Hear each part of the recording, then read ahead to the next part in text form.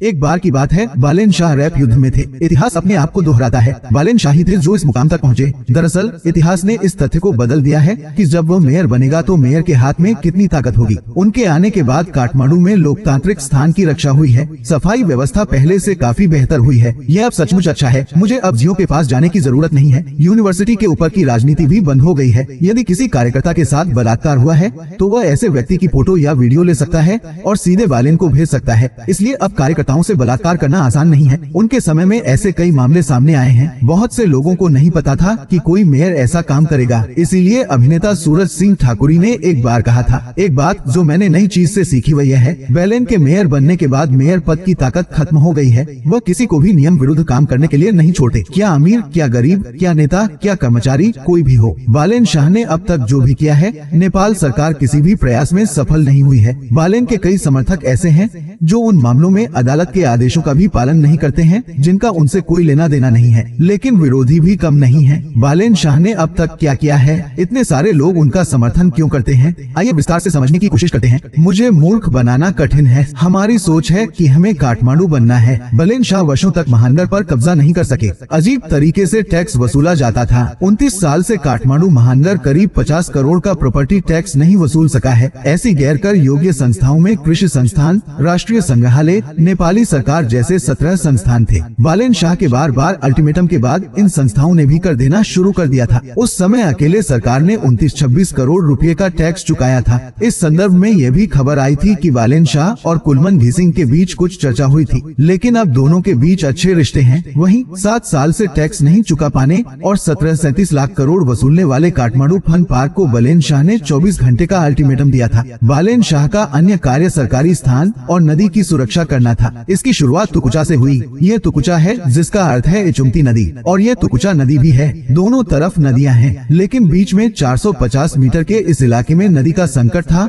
और नदी पार कर घर बनाया गया। काठमांडू मेट्रोपॉलिटन सरकार ने तुकुचा नदी को साफ करने के लिए 2066 और 2076 में 2 कदम उठाए थे, लेकिन उस वक्त मेट्रोपॉलिटन सरकार की ओर से दी गई जानकारी पर किसी को यकीन नहीं हुआ। पूरा महानगर उसके पीछे खड़ा था। जब बालेन शाह सत्ता में आए तो बालेन शाह ने एक ही बार में नक्शा और डोजर ले लिया और तुकुचा को खोदना शुरू कर दिया। तब उत्तर प्रदेश कोर्ट में मामला था। राजा वीरेंद्र की कार भी नदी में मिली थी। राणा शासन के इतिहास की खुदाई की गई है। यहाँ खूब चर्चा हुई, लेकिन जो भी हुआ, बालेन शाह का ये साहस किसी शक्तिशाली शासक से कम नहीं था। इसी तरह नार्विक अस्पताल भी वहाँ डोजर चलाने को तैयार था, लेकिन कोर्ट ने वहाँ इसकी इजाजत नहीं दी। डोजर की बात करते समय आप इस शख्स को नहीं भूले होंगे, वह आदमी जिसने नक्शा खो दिया। इस तरह कई जगहों पर सरकारी डोजर चलाया गया। कई घर नष्ट हो गए। सुकुम्बाशी बस्ती में भी बड़ी लड़ाई हुई। यहाँ काफी विरोध हुआ। बालेन शाह की टीम अभी भी धोबी नदी, सामापुशी नदी, ललिता निवास में सक्रिय है। बालेन शाह का दूसरा काम काठमांडू को स्मार्ट सिटी बनाना शुरू करना था। बालेन शाह काठमांडू को स्मार्ट सिटी बनाने के लिए लगातार काम कर रहे हैं। उन्होंने KMCF बनाया ताकि नागरिकों को एक काम के लिए घंटों लाइन में इंतजार न करना पड़े, जिस एप्लीकेशन के माध्यम से आप बड़ा कलाई जा सकते हैं और जो काम आपको लाइन में करना है वो आप घर बैठे कर सकते हैं,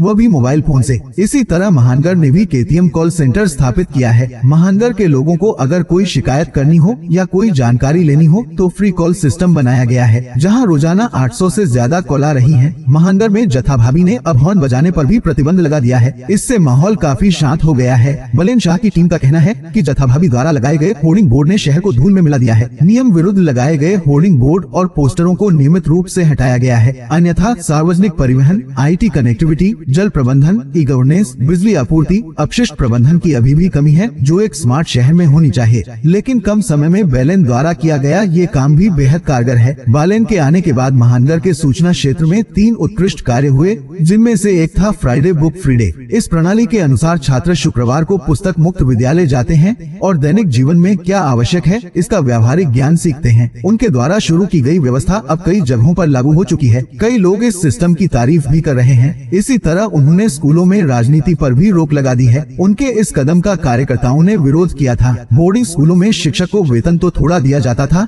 लेकिन काम अच्छा होता था, ये तो सभी जानते हैं। बालेन शाह ने अब बोर्डिंग स्कूल के शिक्षक को सरकारी स्कूल के शिक्षक के बराबर वेतन देने का फैसला किया है। बालेन शाह के समय में स्वास्थ्य क्षेत्र में काफी अच्छे काम हुए हैं। अब महानगर में 102 नंबर पर 24 घंटे कॉल करने के लिए एम्बुलेंस उपलब्ध है, वो भी मुफ्त में। एम्बुलेंस आपकी सेवा करेगी, लेकिन इसके लिए आपको एक भी रुपया नहीं देना होगा। इसी तरह हर अस्पताल ने एक ऐसी व्यवस्था लागू की है जिसमें 10% बिस्तर विकलांगों, गरीबों और विकलांगों के लिए छोड़ना होगा और ऐसी बीमारियों का इलाज मुफ्त करना होगा। इससे भी अधिक आश्चर्य की बात यह है कि महानगर ने छत्रपति अस्पताल के साथ बहुत कम पैसे में सेवाएं प्रदान करने पर सहमति व्यक्त की है। यहाँ तक कि अगर कोई ऐसी बीमारी है जिसके इलाज के लिए इस अस्पताल में पैसे नहीं है तो भी यहाँ मुफ्त इलाज करने की बात कही जाती है। बालेन शाह के समय में फुटपाथ प्रबंधन में भी काफी सुधार हुआ। फुटपाथ प्रबंधन में दो प्रमुख समस्याएं थी, एक तो फुटपाथ पर होने वाला कारोबार और दूसरा फुटपाथ पर होने वाली पार्किंग। महानगर ने फुटपाथ व्यवसायियों को सख्ती से खारिज कर दिया था, इसलिए उन्हें काफी विरोध का सामना करना पड़ा। उस समय बालेन शाह ने बहुत आलोचना की कि वे गरीबों को नहीं समझते, लेकिन शायद आप नहीं जानते,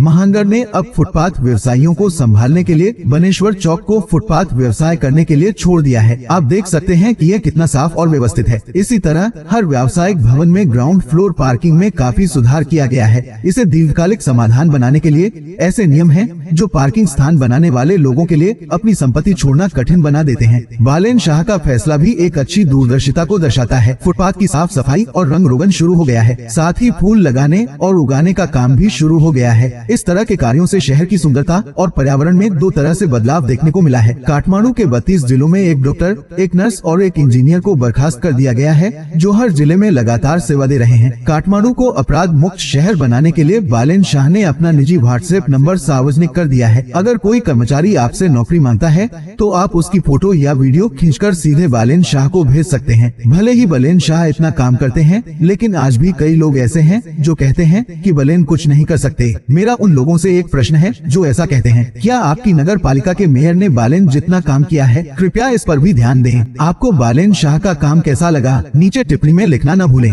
ये सभी आज के लिए है, अगले वीडियो में मिलते हैं।